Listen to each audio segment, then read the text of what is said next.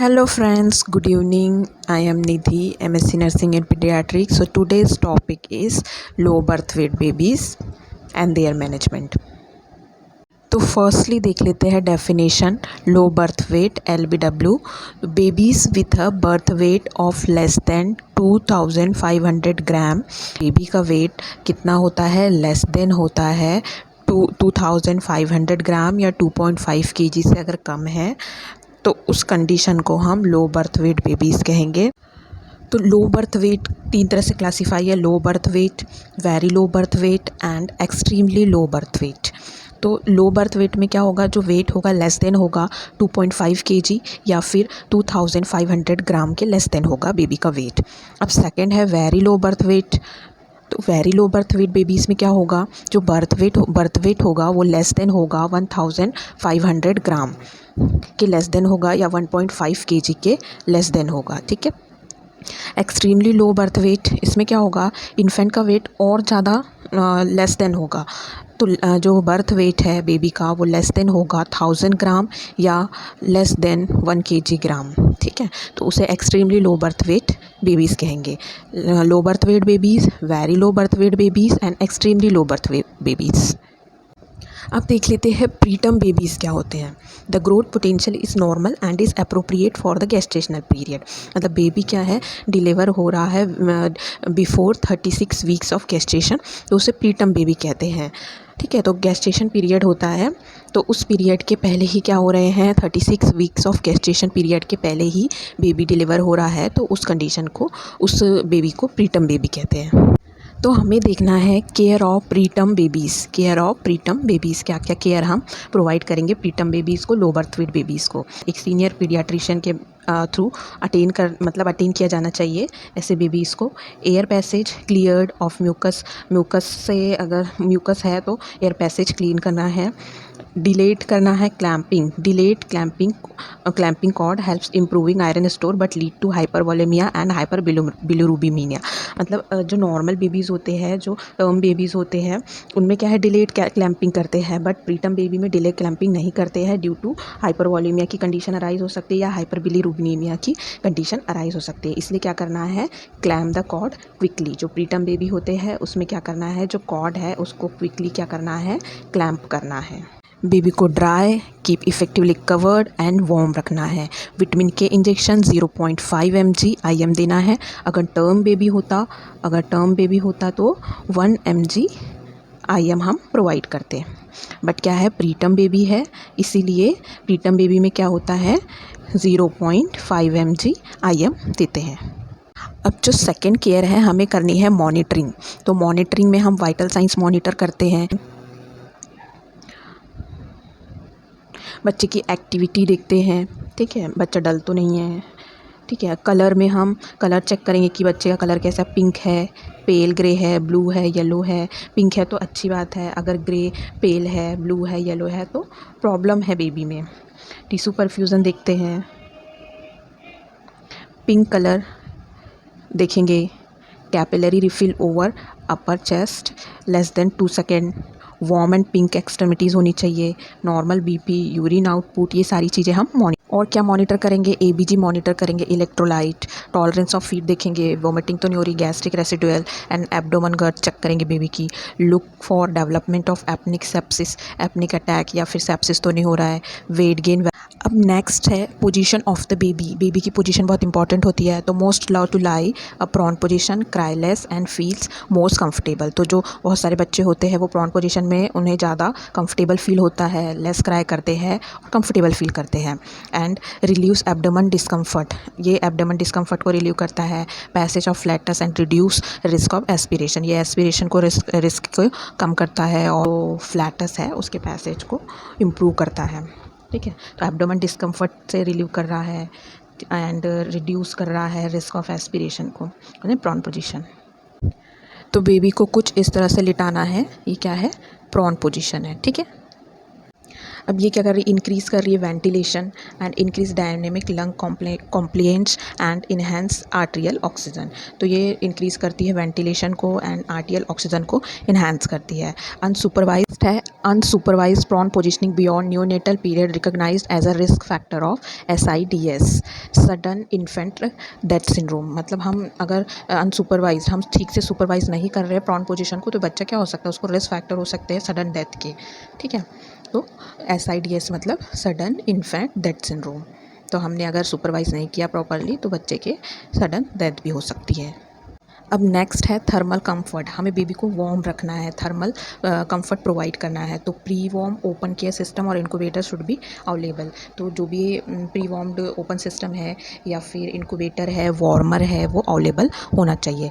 Care in thermoneutral environment with a servo sensor gear to maintain skin temperature of mid epigastric region at 36.5 centigrade.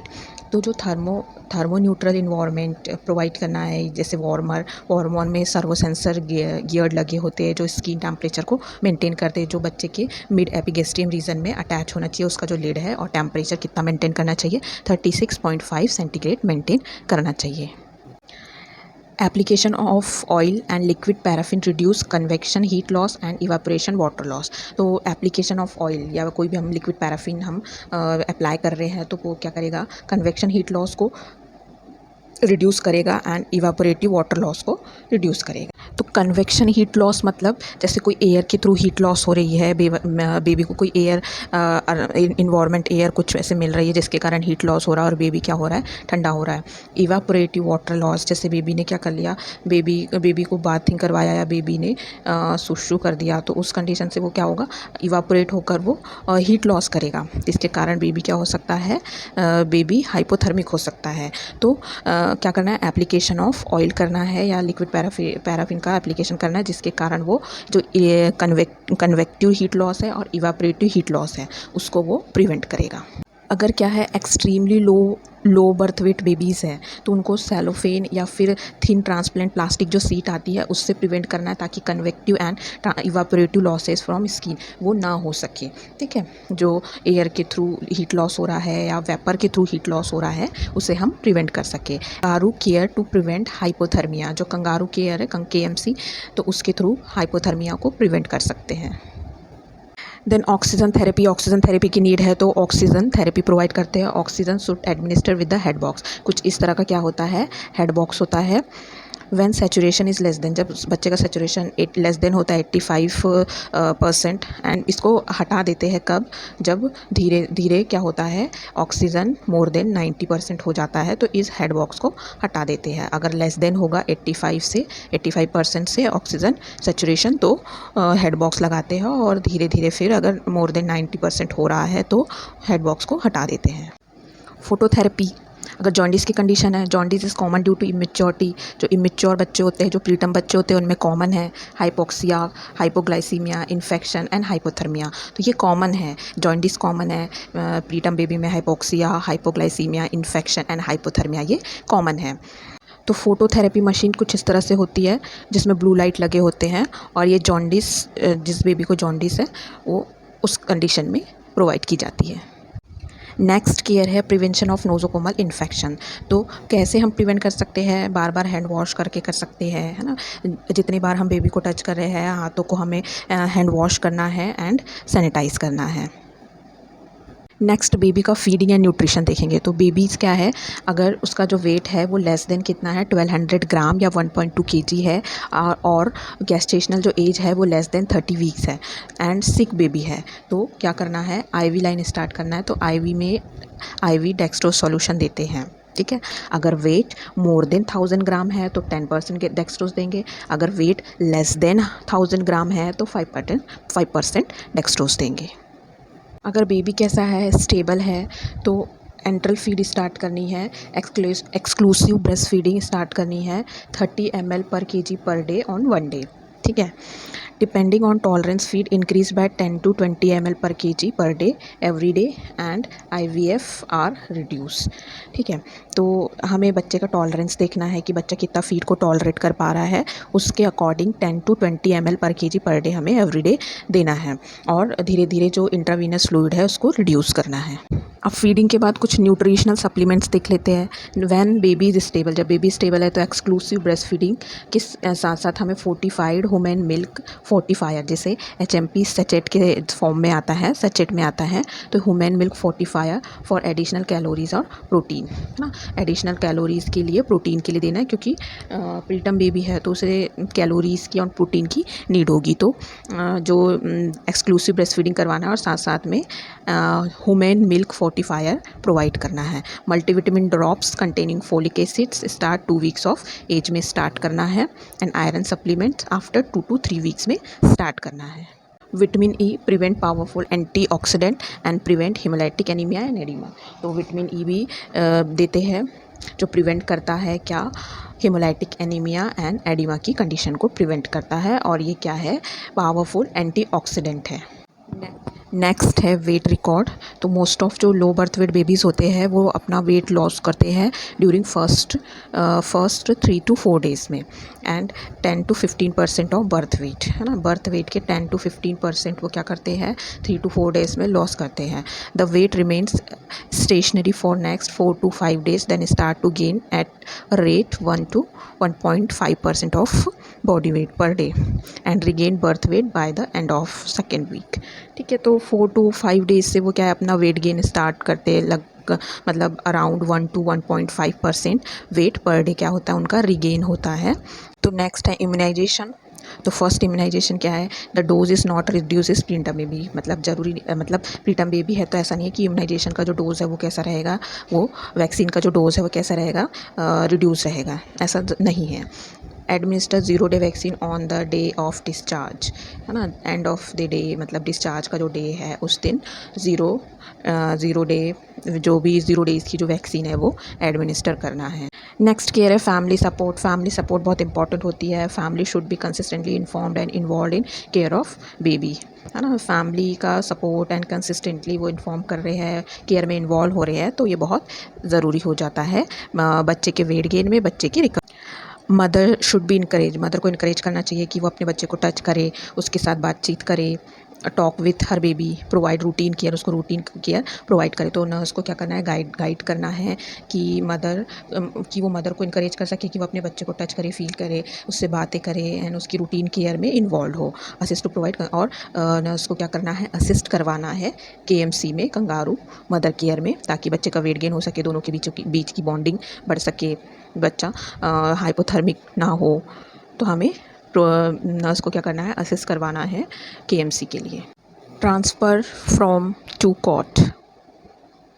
Baby क्या है, NICU, preterm baby था NICU में था, अब क्या है, बेबी क्या है, स्टेबल हो रहा है, तो उसे ट्रांसफ़र करना है ओपन कॉट में। तो baby who is feeding well, सबसे पहली चीज़ की वो फीडिंग ठीक से ले रहा है, एक्टिव है, स्टेबल बॉडी टेम्परेचर है, हाइपोथर्मिक नहीं होना चाहिए, वेट प्रॉपरली गेन कर रहा है, तो उसे हम ट्रांसफ़र कर सकते हैं ओपन कॉट में। The baby should be observed for another 12 hours after putting incubator of. 12 hours तक फिर से हम ऑब्जर्वेशन में रखेंगे, उसके बाद क्या करेंगे, इनक्यूबेटर ऑफ करेंगे, वार्मर को ऑफ करेंगे। अब हमें नर्सिंग मैनेजमेंट में नर्सिंग केयर प्लान बनाना है, तो हम सबसे पहले क्या करेंगे, नर्सिंग असेसमेंट करेंगे। तो जो प्रीटर्म बेबी, लो बर्थ वेट बेबी है, वो क्या होगा, स्मॉल होगा, स्किन उसकी कैसी होगी, थिन होगी, blood vessels easily skin epidermis के नीचे में दिखाई देगी, स्किन कैसी रिंकल्ड रहेगी, and lanugo, excess of lanugo रहेगा, एंड नो वर्निक्स रहेगा, नो सबक्यूटेनियस फैट डिपॉजिट। ठीक है, no subcutaneous fat deposit. Head कैसा रहेगा, लार्ज रहेगा, प्रोपोर्शनल टू द बॉडी के कंपैरिजन में हेड लार्ज रहेगा, आइज प्रोमिनेंट रहेगी और क्लोज्ड रहेगी। Abdomen protruded, genitalia male and female में अलग अलग, जैसे कि मेल में फ्यू स्क्रीटियम रुके दिखेंगे, टेस्टिस क्या रहेगा, आर नॉट डिसेंडेंट, फीमेल में labia and clitoris are prominent, extremities कैसे रहेगी, थिन रहेगी, मसल्स कैसे रहेंगे, small, nails soft and short रहेंगे, palm and sole minimal creases दिखाई देंगे, generally lies inactive with arm and leg कैसे रहेंगे, एक्सटेंडेड रहेंगे। ये सारी चीज़ें मैंने अपने एक वीडियो में भी शेयर की हैं, difference between term baby and pre term baby, तो आप एक बार उसे चेक ज़रूर करिएगा। आई होप आज का टॉपिक आपको अच्छा लगा होगा। Friends, if you like my video, like, share and subscribe to my channel so that you can get notification of my video. Thank you for watching friends. So मिलते हैं next video में. Till then, bye.